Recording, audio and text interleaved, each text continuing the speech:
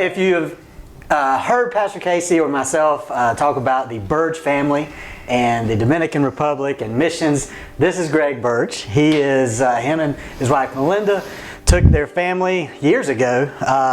2005. Quit their jobs, pulled their kids out of school, and went to the Dominican Republic, served there for 8 years. Incredible story. They've been back in Kershaw County and back at Bethel for about 7 years now. And today we're going to talk about what you've been doing with Lifeline. You guys, when COVID hit, it hit Kershaw County, surprisingly, South Carolina, but we know it hit New York pretty hard. And so Lifeline got a call to send some ambulances out. Talk to us about what you guys were able to do in New York with Lifeline. All right, so Russ Cobb, he's the CEO, he always handles FEMA, and he's probably gone 20 years, so we always try to help. So this time is a little more dangerous because of COVID. So we talked about it. We ended up sending 3 crews. 6 went to New York, like worked in the Bronx, took people to the ship, the famous ship that was there, the Javits Center. And then 4 people, Jessica's an EMT, John Huff, who goes to Bethel, and myself, and my partner was Tabari, who's the PR guy. So 4 of us went to New Jersey. So yeah, so we went up. They went for 3 weeks. We ended up going for 2 weeks right in the mess. So it was scary. So one of the reasons it feeds in a little bit to like a decision to say to go become a missionary. It's like listening to the Lord prompt you, like in your spirit. And I don't want to get in some theological murky waters with Pastor Casey. I said, but like the Lord speaks to you and like, hey, you should go, and I'm like, that's not normally my thing. Russ usually handles FEMA, and then I stay back and handle the day-to-day. Right. So it was like a different thing, and you can always double check if you feel like you're hearing from the Lord with the Bible. Right. And the Bible's telling us to love others, maybe lay your life down, sacrifice your life for your friends. So and then you kind of check, say, with your superior, say your boss. So your boss, we talked about it, and he was like, yes, that is different. He's a little worried about, hey, me leaving and him having to handle here and me go. No, he has to work. Yeah. So, just kidding, Russ. But he prayed about it, and he was on board. And then the final boss, you have another confirmation, would be Melinda, the wife. Yeah. And very similar to when we decided to become missionaries, a lot of praying, God, a lot of steps. So Melinda, I go to Melinda thinking she's probably not gonna, sometimes I hear something, I was like, hey, I feel like I should do this. And I think Melinda's gonna say no, like, hey, I think we should become missionaries and move to a foreign country. And she's thinking, hey, I am willing to go, Lord, but my wife doesn't want to go.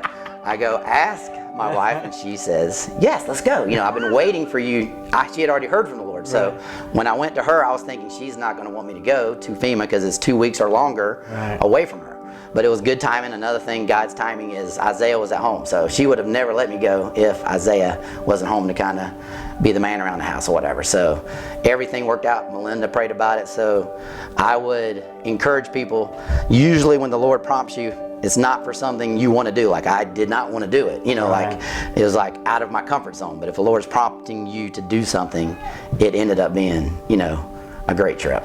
What would you encourage somebody? Okay, you're getting these confirmations. You just got to take that step. I would say, if you do it, like normally you don't want to do it. Like say, hey, speak to this guy about the Lord, or go to the mission field, or go to FEMA. Like I would say, what encourages me is that the Lord is good. Like I think C.S. Lewis says, like somebody says, hey, is your God safe? In the Lion, the Witch, and the Wardrobe. Like, of course he's not safe, but he's good.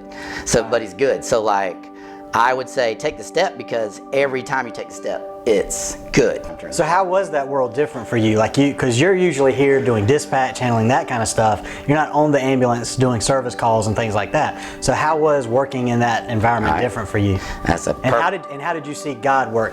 All right, that's a perfect question. So that is, first I was scared. I ain't gonna lie. So, because you're going up there, our first meeting is like, they have a meeting and they say, bow your head for the 13 EMTs who just died in New Jersey, and you're like, what? So I'm looking around. There's a bunch of 30-year-olds, and I'm 52. So I walk right up to the big boss, because I'm used to being the big boss. I'm like, hey, dude, why are people dying like this? What's changed? But how we saw God in it is, we thought we were going up to say transport somebody from the hospital to another hospital because they were overloaded. That's what they were doing in New York until we were on the way up. On our way up, they call us and say, oh man, they've switched us to 911.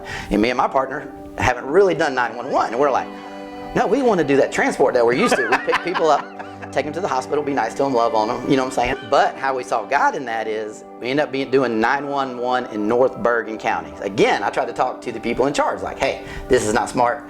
Give me these certain kind of calls. They're like, oh no, you're in the rotation. You're doing whatever comes along, you know. So we ran a bunch of COVID patients. But it ended up being, it was like 60, 70% Spanish speakers. Could be Puerto Rican, Venezuelans, wow. Dominicans.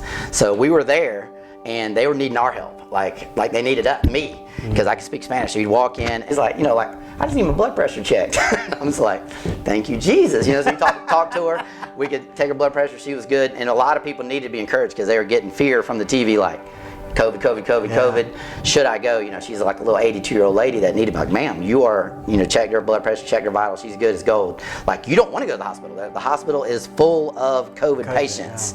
Yeah. You are healthy, stay here. You know, I tell the daughter in Spanish, like, stay, but I just needed someone to calm them down, love on them, tell them, like, give them good advice, like, stay here. So we had, I mean, people did have it, so we got used to it. We would wear our gowns and everything, but I would say, like, there is no fear. You know, like, with the Lord, he says, do not fear. So there was no fear. Like, I never worried. You know what I'm saying? I have like some people say, Greg, you need to worry more. I tell them, no, the Bible says, do not worry. So I do not worry. So I don't worry. But doesn't mean, in a weird way, doesn't mean we were going to be okay on the mission field. Didn't mean I was going to be okay up there. But I think you go and trust the Lord, and he is good. Oh man, that's awesome. Well, it fits right with what Pastor Casey has been talking about over these last several months. I mean, we've heard him say in his sermons, trust and obey. I mean, that's the key to, in your walk with Christ, you've just got to be willing to trust and obey. And if there's never a picture of trusting and obeying, not even knowing what that next step's going to look like, I mean, that's a perfect picture. Anything else that... The last thing was that I had was my partner. So like my partner is like in the management team. So like Russ sent me and Dabari, he's public relations, and we were good friends. Like we were tight already. You know, we're good buddies.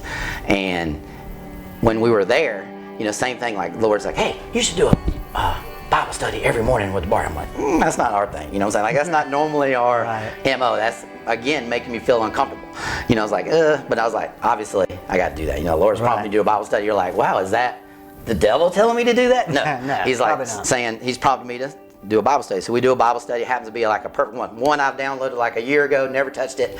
You know, finally am reading it on my Kindle, and it tied in baseball and, you know, like masculinity, like men being a better man, basically. So we did that, and he, you know, was able to, you know, share with me, like, you know, he'd been in a rut at work, and it's just made us tighter. So like, that's great. Not only Lifeline, we have talked about Jesus obviously at work, but we got to talk more in depth. You know what I'm saying? He would say, he allowed me to share that. Like he was cool with it. But like, yeah, we became tighter. It even helps. Like, so you never know, like the things that you end up doing, it benefits you in other ways that you would never know. Yeah, God sent you on that trip, not just to help in New York, but to help with y'all's life and in that regard. So that's awesome. And I think that guys, men, we should take that to heart, because we need more guys doing one-on-one mentorship, discipleship, whatever you want to call it, that kind of stuff. So I pray that encourages somebody today. So I appreciate you sharing that.